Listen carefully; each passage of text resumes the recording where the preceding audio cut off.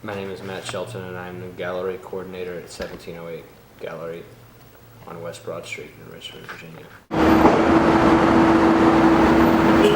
As the gallery coordinator, subtitle Man of Many Hats, I'm the liaison between artists and the gallery, so I'm in charge of the communications between the gallery and the artists. I'm trying to take care of their needs, make sure that they have a place to stay, and that we have all the tools that we can have for them, volunteers lined up for them.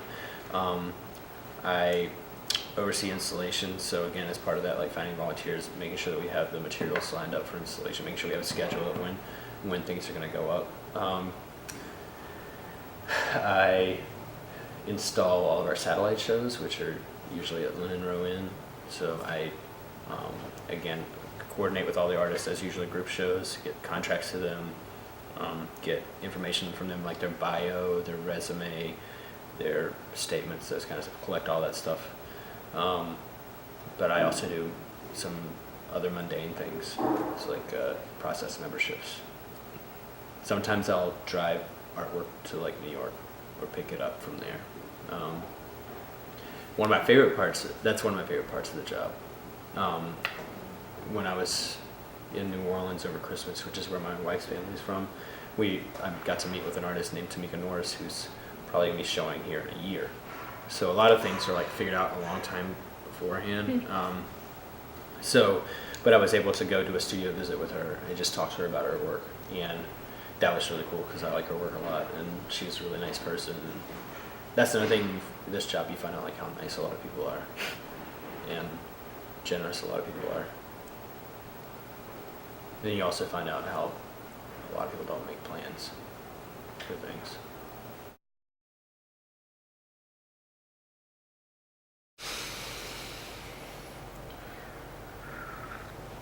It's really hard to have a balance between meeting your own personal needs and also trying to like make the art happen.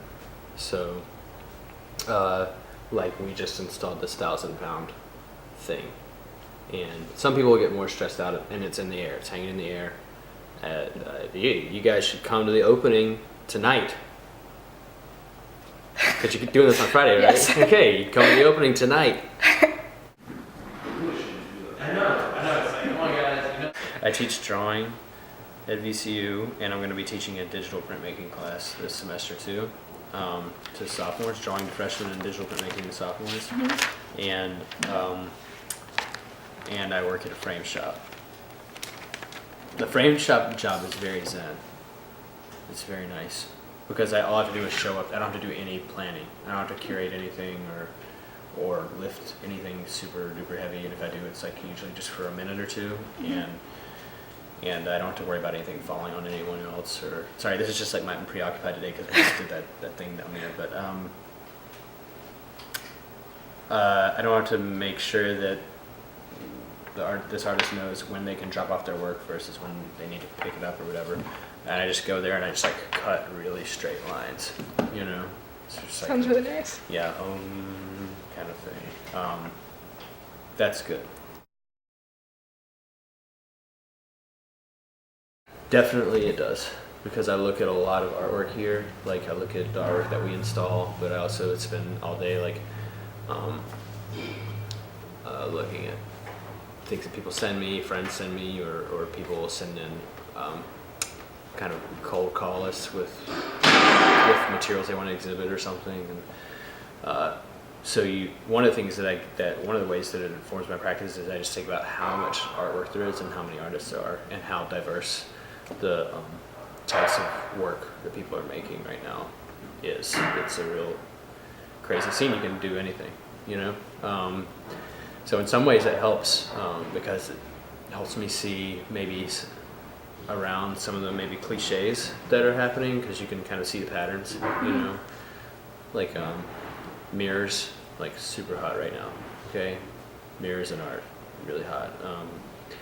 And maybe it's not, you don't want to not do something just because other people are doing it, you know, but you also don't want to do it subconsciously just because you've seen other people do it, you know? So there's that.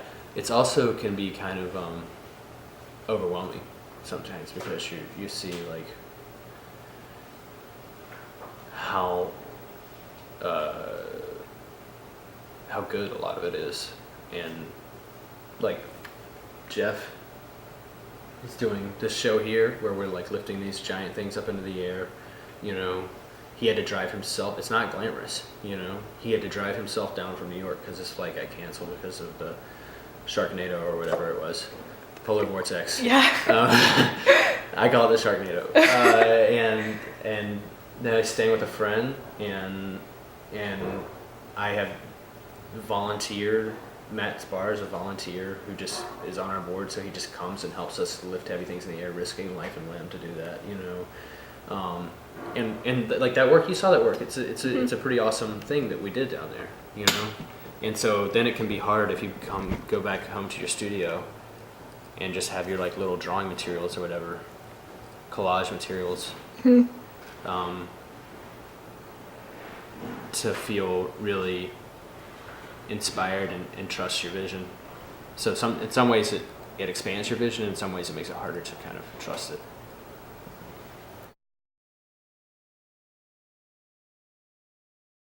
Basically, I make work that's like out of stuff that I think is appropriate for the project that I'm making. So the work that's there is a 40-inch by 32-inch photograph. That's one piece, and then another piece is a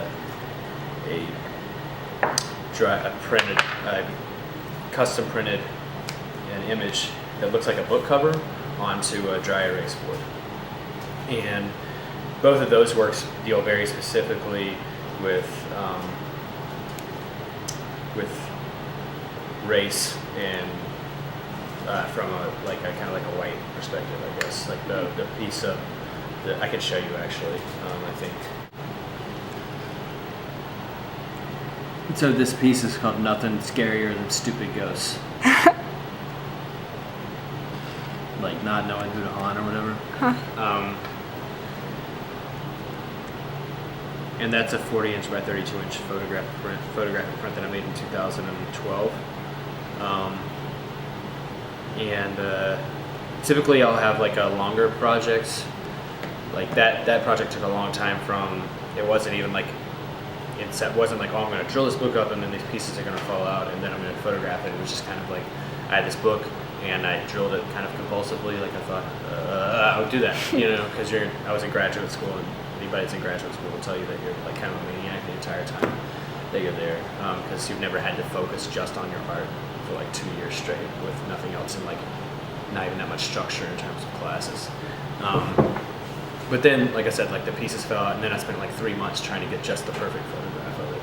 But while I'm doing that, like I usually have like what I call like a garden of other projects, like little experiments going on in my studio, and a lot of those will be mixed media things that are kind of like halfway between sculpture and painting.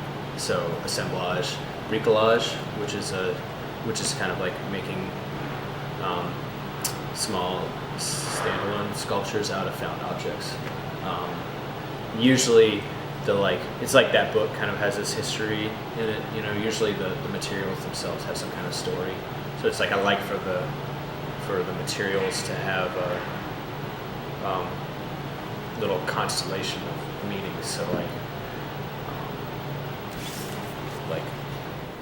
this is a magazine, right? And it's kind of like a fashion-y kind of magazine. Mm-hmm. Looks like a hipster magazine, right? So I could put this in a work and it would say something about like culture and media maybe, because you would see it and you would know hipster magazine, you know. And then I would like put this on here and like that or something. And then you would, if this were a piece, you would have to like think about these different things together, you know.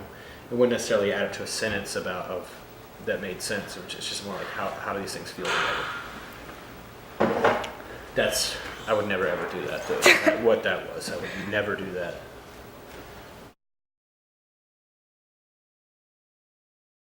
That's a question I think about a lot, because a lot of times I'm like, why am I doing this? Is it like, should I start another career? You know, is it too late? So, I mean, that's like a question I think probably a lot of people in art ask themselves. How I got started in art, I remember drawing a fish that looked basically like, can I see a piece of your notebook paper? Mm-hmm. Let's do it anyway. Okay. When I was like, I want to say 3 or 4, I drew a fish on the inside wall of my bunk bed, the one that kept me from falling out, and it basically looked like that. Nice. And I liked it. I liked doing it because, one, I liked drawing, I liked seeing something that I made, and I liked that I did it on my bunk bed and I wasn't supposed to. So it's like a little personal graffiti there. It was just something that I liked doing. It allowed me to kind of like, it was something I do during church, and my parents wouldn't get upset at me because I was being quiet, but I also didn't have to really pay attention, you know, so I just like get used to hearing the preacher talk, and I could draw while I was doing that. And then I started getting positive feedback for it, and a lot of people, you know, when they do something and they get positive feedback for it, it makes them want to do it more, you know, and I think that's the way that a lot of people get started in art. It's like they seem to have a knack for drawing or color or something, and then people are like, oh, that looks really nice, you should do some more, you know, or something. But it was always paired with for me it was always paired with this kind of like admonition to make sure that I taught, because there was no way I could make a living as an artist. So I just kind of kept doing it, and now that's all. I just keep doing it. Well, I went to a conservatory for a year for high school students. Not that different from Maggie Walker, mm-hmm. But it was called the North Carolina School of the Arts, and some students were boarders and some students were day students, and I was a day student, and it was just really intensive. We had drawing classes with nude models when I was in high school, and a special 3D design course and a special 2D design course, and critiques and all that kind of stuff. And I liked that, but I also thought that I might want to study something else. Mm-hmm. So I went to Guilford College, Quaker School in Greensboro, North Carolina. Some of you may have applied there. To do my undergraduate studies, and that was, again, it was like I didn't know I didn't have like a real direction in life. I was at no point was I thinking, how am I going to make a job out of this? So when I graduated from there, and I did like a good job in art there, I got like good grades and praise and stuff, but then when I graduated from there, I made a few paintings, but gradually I just kind of stopped doing it. And I think I was having a hard time seeing how what I learned there, which was pretty traditional education, could be applied, traditional art education in terms of drawing and painting and printmaking and sculpture, how that could be relevant. This is in 2004 in a world where like YouTube was coming out, you know, Facebook came out I think in 2005, like basically did all this different technology and social media stuff, this abundance of photography on the web and stuff that I wasn't really equipped to integrate into my art practice. So, and then additionally, like Guilford's like a very liberal school. It's like a big social justice school, mm-hmm. And so it's also kind of always wrestling with these questions of like, how can my art be related to those concerns? Those kind of like human philosophical concerns. It's back on. Teaching's great. It's probably going to cut off in just a second. Yeah, probably. Okay. Any parting words of wisdom? Advice for young The art teaching students. is really good, and that's what I want to be doing ultimately. Hydrate.